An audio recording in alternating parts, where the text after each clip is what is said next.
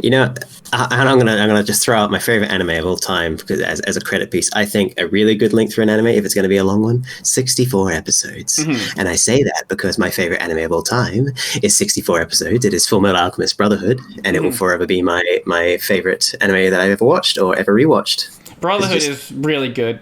I feel like that's one of those series that people didn't oversell. Like, people say, like, Cowboy Bebop, great series. I'm like, yeah, it's good, but it's not, like, that great. It's okay. But Brotherhood really holds up. Brotherhood's is like an actual like full-on work of art. Like the start is hard to get into. I know that because I've rewatched it with people, and when I watched it as a kid, I was like the first starting bit. I was curious and I was interested, but it wasn't super drawing in. But once you get past it's about the point where you get to a certain dog. It's about after that point where everything you're just like, wow. I think it's fine to spoil Brotherhood at this point. Okay, true. But, if people know about anime, they know about the dog. Sure, yeah. Even if you don't, you've probably seen the memes. Yeah, I mean, it gets interesting just before that point, and there's a lot of cool things that happen, but that's really where things just start, it just gets... What I find amazing about Brotherhood is that it expands, and it expands, and expands, and expands, keeps getting wider and wider, and you can't imagine there's any way that it could just bring it all together, and then it's just like, oh, hey, by the way... all together, end of the series, and you're like, what just happened? Yeah, it's a relatively short series compared to some other stuff, but you see how much the characters grow over time. Like, even with at the beginning, he's so annoying. Even with go with one of the antagonists with what's his name, Scar. You're gonna have to describe him, and I'll know. Scar, yeah, red-eyed, edgy hand, yeah. Like at the start, he's like, fucking, I am evil because I don't actually know what really happened. And then he finds out what actually happened to his people, and it's like, oh, shit. I've been wrong this entire time. I guess, because I should help you now. He's a hate-filled character, but what's good about him as a hate-filled character is you get hate-filled characters in series, and they'll always just be like, I don't care, kill them all. And then, that's usually like a standard sort of like halfway antagonist who isn't the main antagonist, but he'll be the main antagonist for half the series. Usually they're like the neutral ambivalent character that's either swaps over or dies early at some point. Scar's a really good one because he is a super hate-filled character. Usually those ones don't change sides and stuff like that.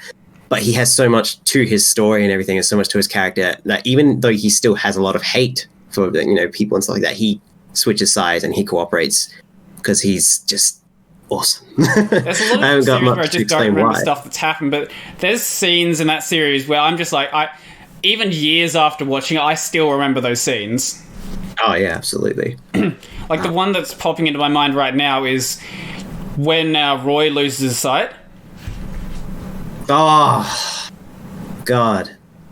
Man, when I first watched that, and I was a kid, I was like so sad as well. It was like, imagine just like losing something like that.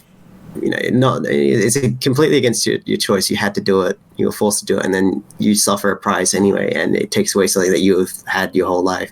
The concept of losing your sight in general is terrifying to me. But with someone like that, where his entire ability was based on he could see where the target was. Yeah. And suddenly he can't do anything. Well, he can. He's got an amazing partner. It's so cool, yeah. He trusts his partner so much that he'll use a power as dangerous as just like fucking instantly burning it at a command. Yeah. So many awesome characters in that series. I mean, this is why I think Brotherhood, it will still always be either, in my heart, it'll always be the best, but, if some people will disagree, so I'll just say one of the best anime series you'll ever get, because it fulfills so many things, story, writing, there's like, if there are any plot holes, they're not very big, or it's just things that you don't need to worry about because it's not relevant to the main characters, and it's like, the protagonists are there, and they're obviously a central part of it, but there's so much more happening with all the other characters. And as I keep pandering about side characters, Brotherhood makes every character important in some way, and it's so fucking good. Roy Mustang is like, he's just like the mentor character more or less, and he gets tossed out the window when he loses his sight, and then even at the end, you get to see him pull some pretty badass stuff thanks to a character who is more or less has the whole time been powerless compared to alchemists and things like that. She's just really good at the guns, but she's always stood by her side and is an awesome character and is very independent in what she does and everything. She's badass, and yet she would toss aside that and just help keep Roy in the fight and everything. It's just, I love Brotherhood so much. I need to rewatch it. Yeah, it's great. It's not my favorite series. That goes to Hunter x Hunter 2011. Fuck you. And there's been other series. Brotherhood's not even on my top 10 anymore because there's other stuff where it's just like pushed it down. Like Hunter x Hunter 2011, the Monogatari series, Higurashi, things like that. They are all amazing. And they're all amazing in different ways. Like, I think Your Lie in April's on my top 10 list now. That's also another series. But I know what happens in it anyway, so it's kind of hard to watch it. Yeah. I watched it when it aired, and I was expecting her to recover, and then like, nope, she's dead now. Like, oh that's cool. Yeah, I can imagine. Like, I still think if I watched it, I'd probably get hit pretty hard by that.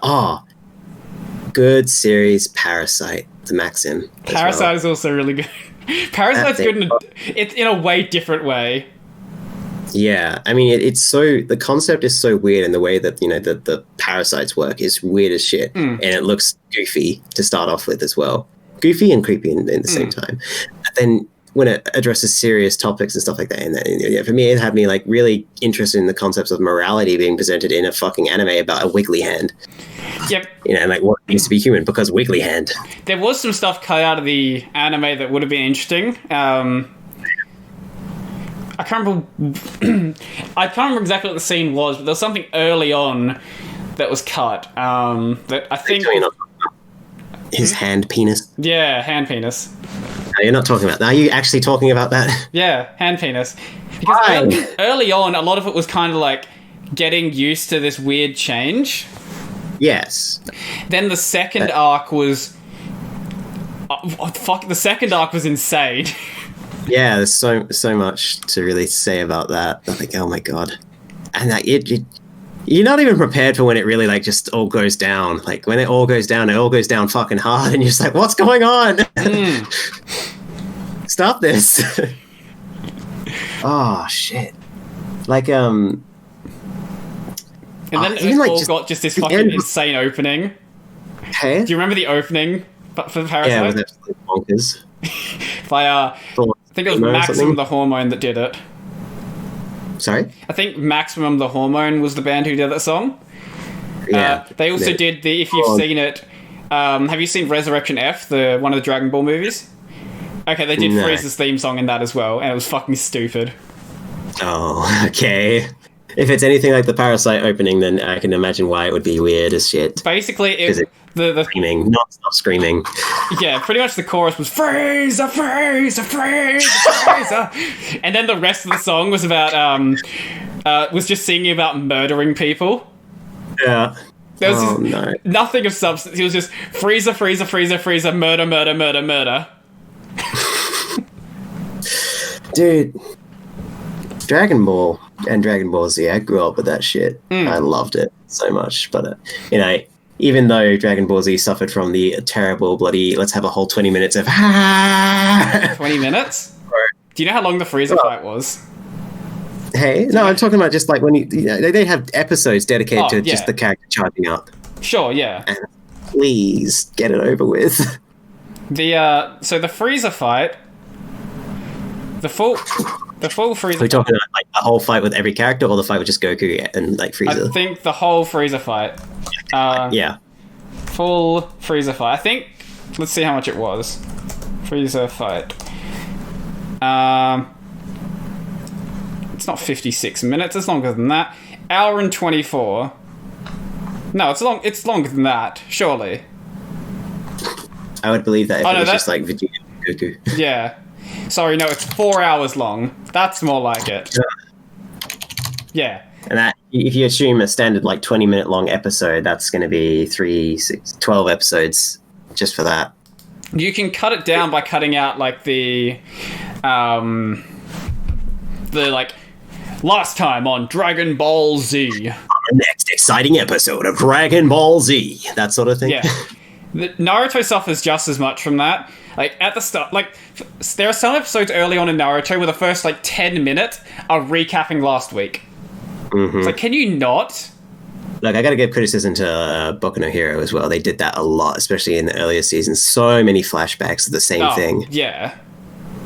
I was so sick of it at a point. The number of times there was flashbacks to that one scene where he's like in front of a tiny, scrawny All Might. He's like, "You can be a hero." It's like, "Fucking stop! We get it." With you say "run" in the background. Do do do do do do do. All sorts. It happened in like all sorts of places, and it's like I think I'm pretty sure it happened multiple times in some episodes. I didn't need to see it that many times. Stop it. But you have to hear "You Say Run" or "Jet Set Run," whichever song it is. They're the same song basically. Yeah, there's 2 versions of it. There's actually 10 versions of it. They're just used in different parts of the series. Yeah, I'm pretty sure those My Hero Academia songs got a lot of different versions of themselves. It's just as bad as SEO with Swordland. Every opportunity SEO gets... Yeah. Right, never watched it. Oh, okay. Refused. Okay, there's one track, every time there's a serious scene, it's some version of Swordland. Originally it was like orchestral, then it becomes a rock track, and then it just changes every series, but they keep bringing back the exact same song. Yeah. I mean, look, if it's a theme song and it's iconic, cool. I mean, you can do it. Sure. Attack on Titan people did it too. But yeah. 10 versions. If you're actually like genuinely, there's 10 versions. That's a lot of different remixes. Probably, at least. Yeah, I think good enough is maybe with like each season you have a slight rendition of it. And maybe if there's 10 seasons Sword Art Online, I can understand that, I guess. But it's especially good when you have an iconic theme, and then if you're going to have some climactic thing or something really sad happen, you have that same theme but in a certain key, different instruments and stuff like that to make it depressing as fuck, but it's the same song. That can affect people pretty hard, especially on like the end of a series. It's really good.